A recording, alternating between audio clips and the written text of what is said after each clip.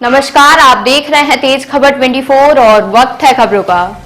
भूतपूर्व सैनिकों की सुविधाओं को देखते हुए सेना के द्वारा आर्मी कैंटीन की शुरुआत की गई है, जिसमें शुक्रवार को लिंकर काउंटर अलग से खोला गया है। उक्त कार्यक्रम के मुख्य अतिथि लेफ्टिनेंट जनरल एम.के. दास रहे, जिनका पहली बार रीवा दौरा हुआ है।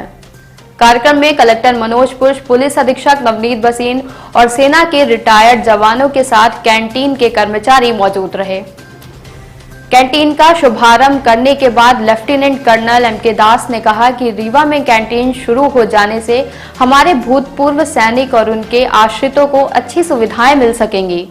इतना ही नहीं, कैंटीन में रिजर्व व्यवस्था की गई है, जहां बेसिक चीजें कभी भी सैनिकों के परिजनों को उपलब्ध रहेंगी। श्री दास ने कहा कि अभी 1 वर्ष पूर्व ही इस कैंटीन की शुरुआत की गई है। जिस तरह से सुझाव आएंगे उस तरह से व्यवस्थाएं की जाएंगी। साथ ही रीवा जिले में सिविल हॉस्पिटल में भूतपूर्व सैनिकों को अच्छी सुविधाएं मिले, इसके लिए पॉलीक्लिनिक की भी शुरुआत की गई है। आपको बता दें कि लंबे समय से मांग की जा रही थी कि रीवा में कैंटीन में लिंकर काउंटर अलग किए जाएं।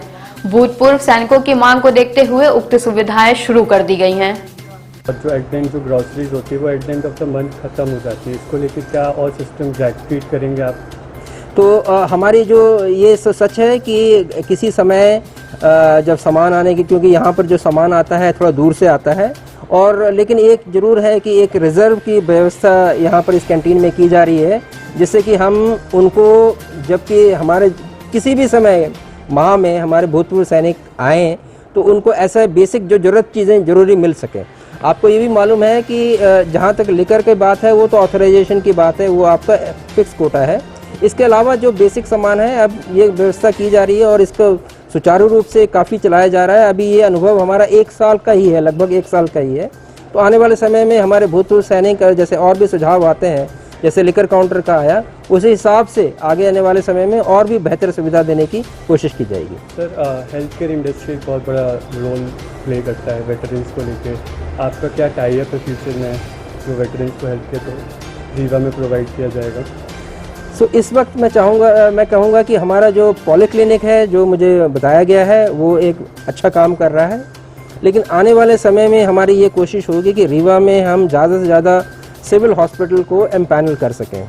इसी के तहत हमारे आर्मी कमांडर साहब ने, आर्मी कमांडर सेंट्रल कमांड साहब ने मुख्यमंत्री और जितने माननीय गवर्नर हैं उनको चिट्ठी लिखी है अक्टूबर के महीने में, और इस बात को हाईलाइट किया गया है कि अब समय आ गया है कि राज्य सरकार और मिलकर और आर्मी मिलकर ज़्यादा से ज़्यादा सिविल हॉस्पिटल को एम्पैनल कर सकें और स्पेशलिस्ट और स्पेशलाइजेशन की जो ट्रीटमेंट है उसकी सुविधा मुहैया कराई जा सके। हमारा भी ये प्रयास पिछले 3 महीने से यही रहा है कि हमने भी अपनी तरफ से कोशिश की है और हमने कुछ हॉस्पिटल्स, कुछ ज़िलों में ये सफलता पाई है। मुझे पूरी उम्मीद है कि जो रीवा ज़िले के जितने सिविल हॉस्पिटल हैं, और आने वाले समय में ये भी बताया गया है कि रीवा तरक्की की राह पर है, वहाँ पर और भी मेडिकल की सुविधाएं बढ़ेंगी। उस वक्त हमारे जो भूतपूर्व सैनिकों को ज़्यादा दूर नहीं जाना पड़ेगा और नज़दीक ही उनको स्पेशलिस्ट की सुविधाएं भी मिलेंगी।